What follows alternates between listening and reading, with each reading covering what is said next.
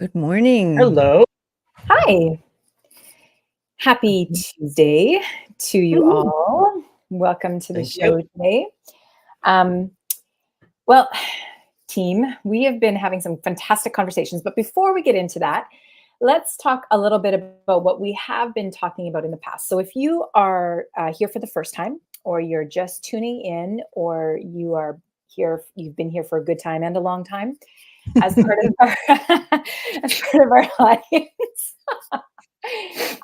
You will know that we've been really digging into the power of, in particular, the power of story and the power of words, and also just drawing a line in the sand on ourselves and saying, enough Mhm. already. Let's say the thing. Let's change the story. And today, it's really about let's not be scared to acknowledge and change, or lean into how important, how powerful our language is, the power of our words. And this is something that I don't hear a lot of people talking about. To be honest, I think that there's just when we think of like language, I think of like a teacher in the hallway, someone got in trouble in grade 7 for swearing, and the teacher's calling them, "Watch your language." We think about language as being whether it's respectful language or not, which is also true. But we don't very often talk about what language creates, Mm. right? Yes. And how it builds. It's actually it's an architectural system, and so let's Mhm. talk about Yeah. So it is a structure. that. And when you observe a little one learning language, those pieces that they begin to put together, the sounds that they initially put together that begin to echo and sound like something to us. I mean, how many of us have seen the child that we think is the most brilliant and they're saying something, it's like, can you hear that? That's a fully formed word. It's like, probably not, because the sounds are the first things that we make. Mhm. But once we begin to make words, we immediately start to frame and structure our whole world based around them, because those words actually create our world. And that's the whole principle of appreciative inquiry. The constructionist principle is that Mhm. our words create our world. And when we look Mhm. at it, the first place where we notice that is in our language with ourselves. Yeah. What's our self-talk? How do we describe who we are to ourselves? And I think that's the piece that would love to dig into a little bit about the power of that. Because Colin, you were sharing that what you heard this weekend, someone talking about themselves. Someone talking about themselves in a highly professional context, and the language was so self-limiting, Mm, almost to the point of derogatory, right? And I don't think that person even noticed what they were saying to themselves and what they were actually saying to me, right? And it was um, it was very self-limiting, but it was also the selection of words is so mm, important. So this individual was using, the conditional a lot, could, maybe, should. So Mhm. creating uncertainty around where the conversation was going and where his plans were going, and um, where um, where they were really going to land. So I said, that words create your reality. The story you are telling yourself is something that, like Crystal said, is the architecture of your future, right? You're Mhm. building a house, and you spoke about structure a minute ago, Carol. Um, mhm, and you see it so often in things, even like the word yes, right? So often I hear yeah, yeah. That is telling yourself a story that you're not confident about it, that it isn't a yes, that it isn't going to get to yes. Mhm. Um, I'm going so to be very every conscious of that currently, Colin, because What's I'm that? guilty of that. I'm going to Ah, become very conscious of that now. Mhm. I'm a big, what's the word? I'm a big yes police. Don't Probably the wrong word to use, but Yes, cop. but yes, I'm a yes cop. Because think when somebody says something like, "Yeah," they're not convinced. No. Oh, that is And that's interesting. fine, right? That's totally Yeah. fine that if you're Yeah. not convinced, but that's the story you're telling yourself. You know, another word that, oh, sorry. Go ahead, No, Carol. I no, see you put your hand lightly. well, I was just gonna say that's the acuity we need to bring in, Yes. is our listening, because as you said that, I realize how often I say, "Yeah," when Mhm. I'm agreeing with somebody or when I think I'm agreeing with somebody, Mhm. but I hadn't considered it that way, so I am very conscious of that right I in mean, this we moment. could have a conversation about that actually. That's just my sort of mental perversion that It's w very I trust your ability to observe and draw conclusions, yeah, Colin. okay. Sounds good.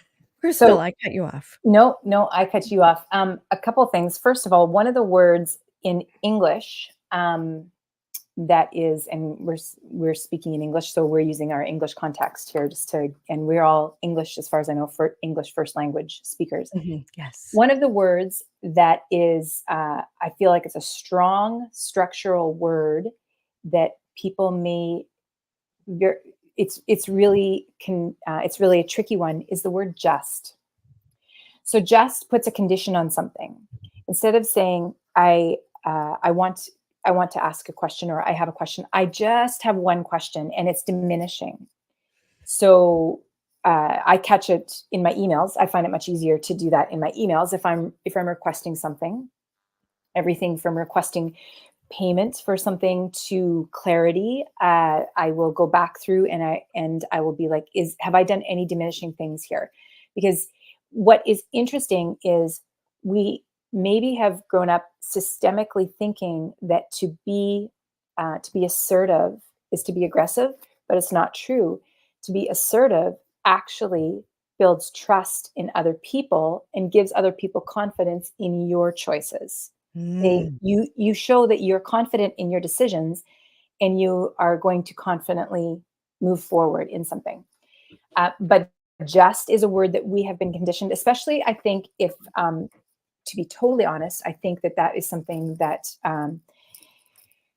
people that are cisgendered female, we have been conditioned to do that a lot. It's to be diminutive and to try to soften things if we have questions, and to, I You hope I'm being clear on this, but you're absolutely right. And now we're going to be the word police for each other today, Mhm, because another way that we do it is we say, "I think," mhm, before we say what we really mean. mhm, And that way we already allow ourselves to draw back from is, "Oh, no, that was just a thought. I'm mhm. not committed to I don't that." have to commit to it. Yeah. Isn't that There's When interesting? another we good one that we all Mhm. use that gets used a lot, and that's hope, right? Mm. Mhm. Oh, Because I hope it works out. hope is fear in disguise, right? Mhm, So so it's so important to get to the root of what you are truly trying to express mhm, or Mm. not express, I guess. mhm, Sorry, Yes. Carol, go ahead. Oh, You were no, I was about to challenge you on that, because I Mm, think that hope is also something in context that we need as human beings. That if yeah, we I don't have the ability to see something and have hope for something, w we're kinda messed up. Sure. Yeah, Different context, absolutely. It though. lives in that same family as optimism and things like that. I think you're right. But I think hope as a verb is great, right? To be hopeful for the future. But in the day-to-day use, it can often hide something else, I think. Mhm. I think hope can be also a bit of a gaslighting phrase. Like, I hope you understand what I'm saying. Oh, I hope yes. this is clear to you, Yeah, that I as mean if that it's you've not added a clear to tone you, of it's voice, your right? problem, right? It can be a manipulative word. It Sure. can. Mhm. Oh, something interesting is happening just in our conversation here is that we have each of us have become really conscious of the words that we're speaking before we speak them, Mhm. which is not a bad way to take inventory, Mhm. to become aware of how we speak. And it takes something. And I know that, Colin, you may not be comfortable with it, but I record myself a lot when I'm teaching. And I Mm, have forced myself to watch how it is that I speak when I am teaching, because I teach Right. coach training. Mhm. And so I'm quite aware of what I sound like. And I think all of us are recorded often in Mhm. what we do. Mhm. So that is when we become really aware of how what we say. And so here we are today being live and no way to edit. Well, Yeah. at least in the immediate. So it is fascinating, isn't it? Once we become aware of those words. It is what we say to ourselves without when it's not out loud Mhm. that worries me. And I'll tell you why. I I have 2 amazing grandchildren, and my eldest grandson was very, very hard on himself when he was a little bit younger, and he would often call himself stupid. Mhm. "Oh, I'm so stupid. Oh, I'm so dumb." And I know that he would say some of that out loud to me, but I know there was a lot more that was happening internally. And we played this game for a lot of time when we were together, that if he said something like that or I said something like that about myself, we would turn it around and we'd say, "Oh, I'm such a silly goose." And we made fun of it Mhm. to bring lightness to it and to bring some tender gentleness to it. Yeah.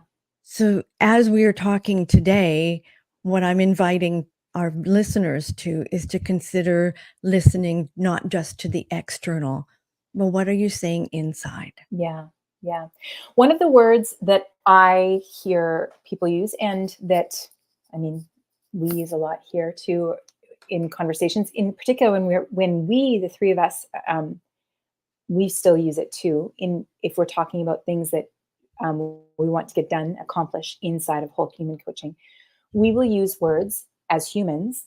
We use we need, we should, um, we have to. There is, and if you think about, if words could carry an energy, which I believe they do, because everything is connected, we belong to each other. So, if words carry an energy, if you say, "I need to do something," that is a when I say that, I feel myself constrict. I feel like tension in here. I feel like compelling. And there's a question of, if I need to do it, am I good enough to do it? If I need to do it, is it really something that I'm drawn to? And don't get me wrong, yes, we do need to make dinner for, or like things like that. But when we use that kind of language, and this is where I hear people using it, our clients using it in coaching conversations, when they'll be like, "I need to change this about myself." Like, have you not heard that people say that? "I really need to change that." And then because they really want to emphasize how bad they think it is, "I really need to change it." and Mhm. and so one of the first things that I love to ask them is, can we rephrase that first? Let's hold that with some curiosity, and let's try some different language around that. Mm. I want to. I am changing. You know what I mean? Like, that's more inviting, because there's a difference between what we've been taught is motivation, and motivation is pushing against and pushing against and pushing against. But inspiration draws. Inspiration is enigmatic, and it pulls us forward. And that we Mhm. create that with our language as well. And words like need, in it's interesting because if you need to make dinner, that's one thing, but Mhm, this idea of needing to change means that's telling a story as well, right? mhm. That's saying that Exactly. I'm not complete already, Mhm, or I'm not perfection, mhm. in this space-time body that I'm in. So again, you're telling yourself a story that you're supposed to be there, but you're here, so I've got to, Mhm. There's a gap. fix the Yeah. gap. I mean, Mm. that and isn't that the sort of structural problem that we've got in our world today? This, I'm here and I have to go there, right? Whether Yeah. it's growth or 10x or Like, I'm not whole. Essentially, it's just saying exactly, I'm not whole. exactly, Yes. exactly. And and that is where we get agreement, because that's the other piece that happens when we speak not just internally, but we start to speak externally, is we begin to look for evidence of it. And sure enough, the world will provide evidence when we are not speaking clearly about what we want. It's a social agreement about how we are together. And so the invitation is always to be considering what we are building with our language, which is a different way of looking at how we construct our words. If we began today, each of us and everyone who's listening, to begin a story which is constructing something that we would like to move towards, how would we describe it? How differently would we describe what we're doing today? Well, I think the house analogy is such a great one, right? Because Crystal spoke about architecture and you spoke about structure and you also just spoke about building. I mean, what is the house that you want to design, that you are going to live in, right? From a communication perspective, Yeah. is it clean and white or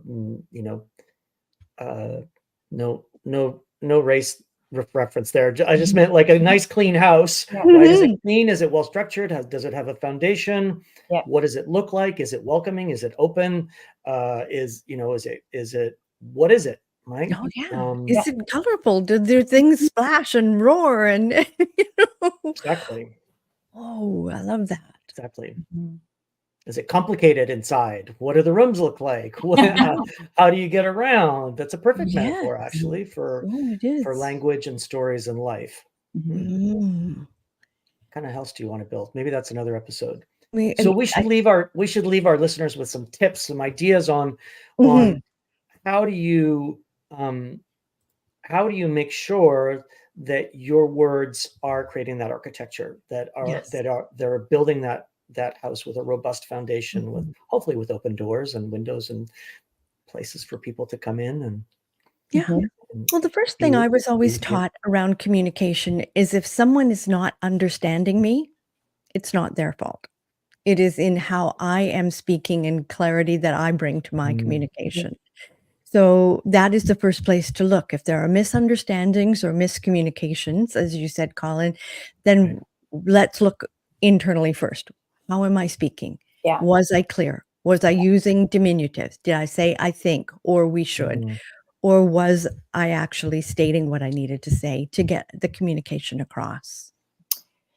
I would invite people to dial it back, to step outside of words and language, and start with a question of: are you offering yourself the opportunity to be more mindful from the get-go? So, do you take?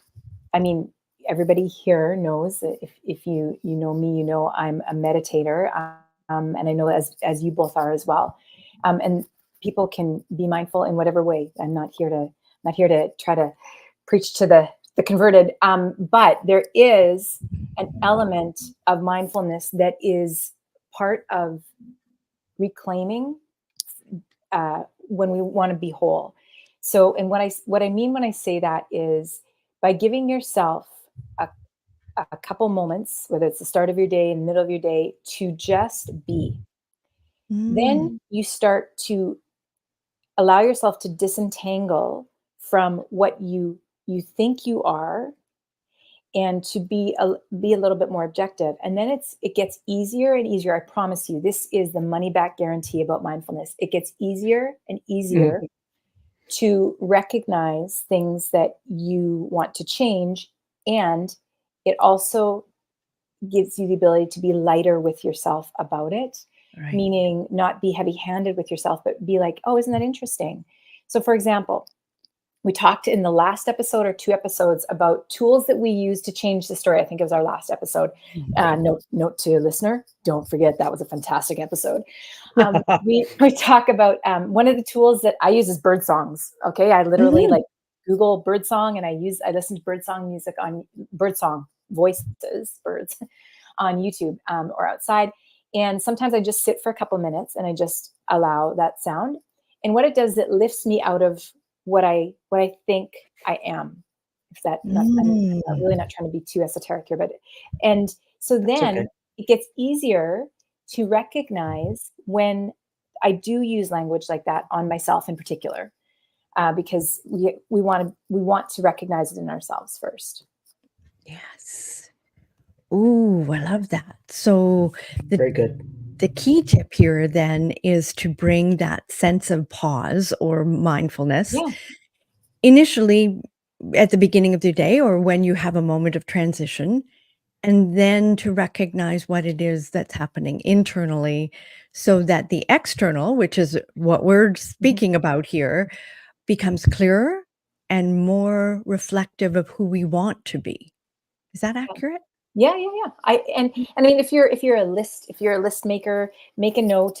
If you've ever done any kind of like, sometimes people use food diaries or whatever. If you're someone that's like, oh, that's interesting that I said I need to do that, and just make a tick on a piece of paper or whatever. Like, do whatever is going to serve you. But the point is that the first thing that you have available is to come back to yourself and recognize that you are whole, and when you work, when you see and you live and you speak and you be from a place of being whole, then you start to recognize, okay, I can use a different word there. I can change how I see that. I am complete, and I don't need to judge myself. I don't have to feel the heavy weight around it. I can just recognize it, and I can be curious about it and think about different words I could use that would actually shape my world.